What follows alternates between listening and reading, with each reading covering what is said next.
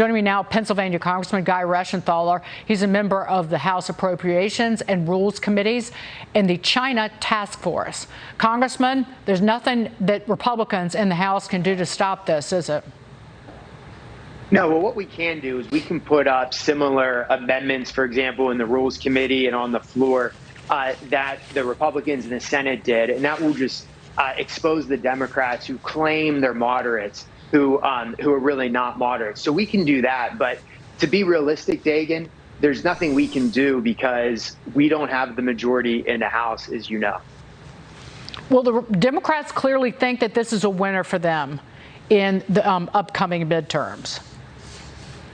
Well, I would say this. It's the loser here are really the American people, and it'll be the American people who give a referendum on the Democratic agenda come this fall. But what this bill is going to do, Dagen, is it's going to lead to more inflation because the Democrats, once again, are pushing tons of money into the economy, this time through the guise of the Green New Deal initiatives that's contained in this spending package.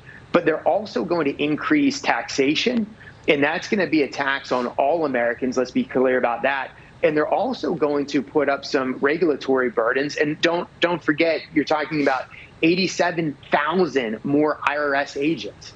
And if the Democrats are running around saying, well, those agents are only going to target billionaires, there's a handful of billionaires in the United States. You don't need 87,000 IRS agents to target billionaires. Those 87,000 IRS agents, they're going to come after families, small businesses, medium-sized businesses. And because the Democrats voted in solidarity, in lockstep on this bill, the Democrats will own inflation and they'll own the economic hardship that comes from this. And we were talking about it earlier, Christian, but Senator Cardin essentially said that. Like, there's nothing to be afraid of if you pay your taxes and pay what you owe. Nobody believes that. That Lois Lerner and the Lois Lerner and targeted conservatives, that's not a distant memory. Dagen, I was just going to talk about Lois Lerner and the fact that you're fooling yourself if these agents are going to be used to go after billionaires and big corporations. They're coming after us, and there's going to be selective enforcement, just like you saw from Lois Lerner, just like you currently see from the FBI now. This bill is truly an us versus them. This bill was drafted for the coastal elite, for the woke yuppies that are the Democratic base, and it's against the working class, and it's against everybody that I would say is in the heart of America, what the Democrats would call flyover country. The lines have clearly been drawn by this spending package, and we're going to use this heading into the fall election. Christian, jump in. Yeah, Congressman, I noticed you're on the Appropriations Committee and also something called the China Task Force. With everything going on with China and Taiwan, you know, I look back, by my own calculation, since COVID, the crisis started, we spent $7 trillion above what we were going to spend anyway, which was already a pretty healthy, bloated federal budget with trillion-dollar deficits. And yet it doesn't seem any of this money has increased the size of the Navy in the Pacific or the Air Force or the Space Force or increased our nuclear capabilities. You know, there's a lot of talk from both parties in Washington about getting tougher on China, but are we just never going to see a larger, more capable military in the Pacific? Well, Christian, that's a great point. You know, I've been saying for a long time now that the Navy should be at a 500 ship level.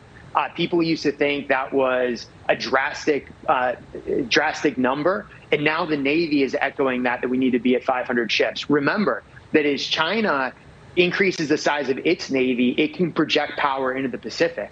So we need to be able to ramp up because we have to worry about the Pacific, the Atlantic, basically all the oceans, all the water. So we need more ships. But you're right, we need to increase military spending.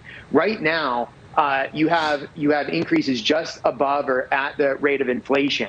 General Mattis, before he left, gave us a plan to increase it by 5% year on year after inflation to build us back up to where we need to be in the event that we need to confront a hostile China. And Christian, Dagen, I truly believe that the Chinese are getting ready to confront us economically, militarily, etc. It's time for us to take this threat seriously. Now, I applaud the speaker not backing down when the woke Pentagon and President Biden was pushing back on her trip to Taiwan. That was the right thing to do. But if Speaker Pelosi really wants to show solidarity with the Taiwanese, she should run my bill, the Defend Taiwan Act, which would provide authorized use of military force to the president in the event that Communist China invades the free and independent nation of Taiwan.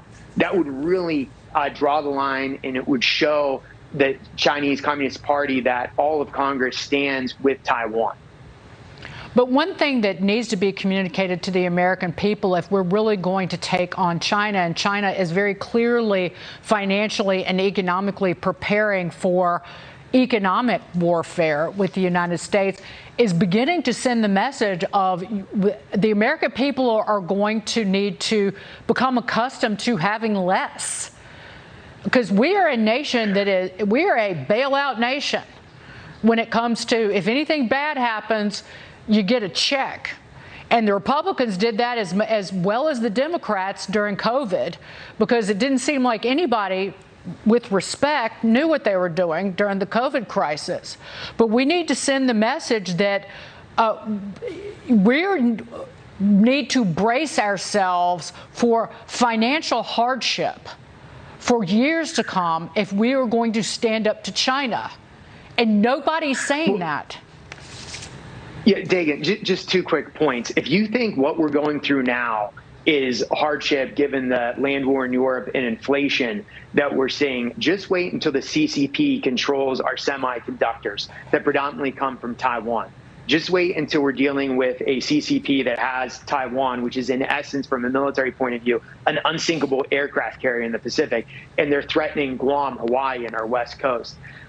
We are, the Democrats say that we're addicted to fossil fuels. The real addiction is cheap Chinese goods. And what we should be doing is we should be looking to diversify those supply chains, reducing taxation, reducing regulation, bringing those corporations back on shore to the United States.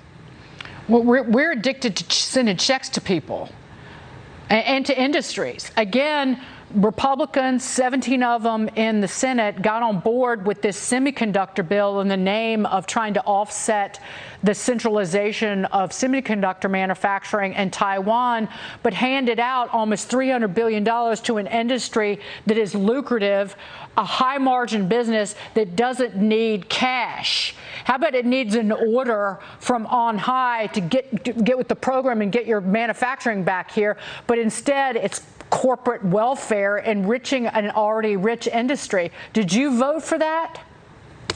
No, Dagen, I voted no on that. And I can tell you, I agree with the points you're making. What we should be doing is not picking winners and losers like that semiconductor bill did. We should be reducing the barriers for business. And that's reducing the corporate income tax, reducing taxation across the board, reducing regulation. If you lower those barriers, these businesses will just come back to the United States. They're leaving because we're not hospitable to business. Guy Reschenthaler, Congressman, thank you so much for being here. We'll see you again soon. Thanks, Dagen. Take care.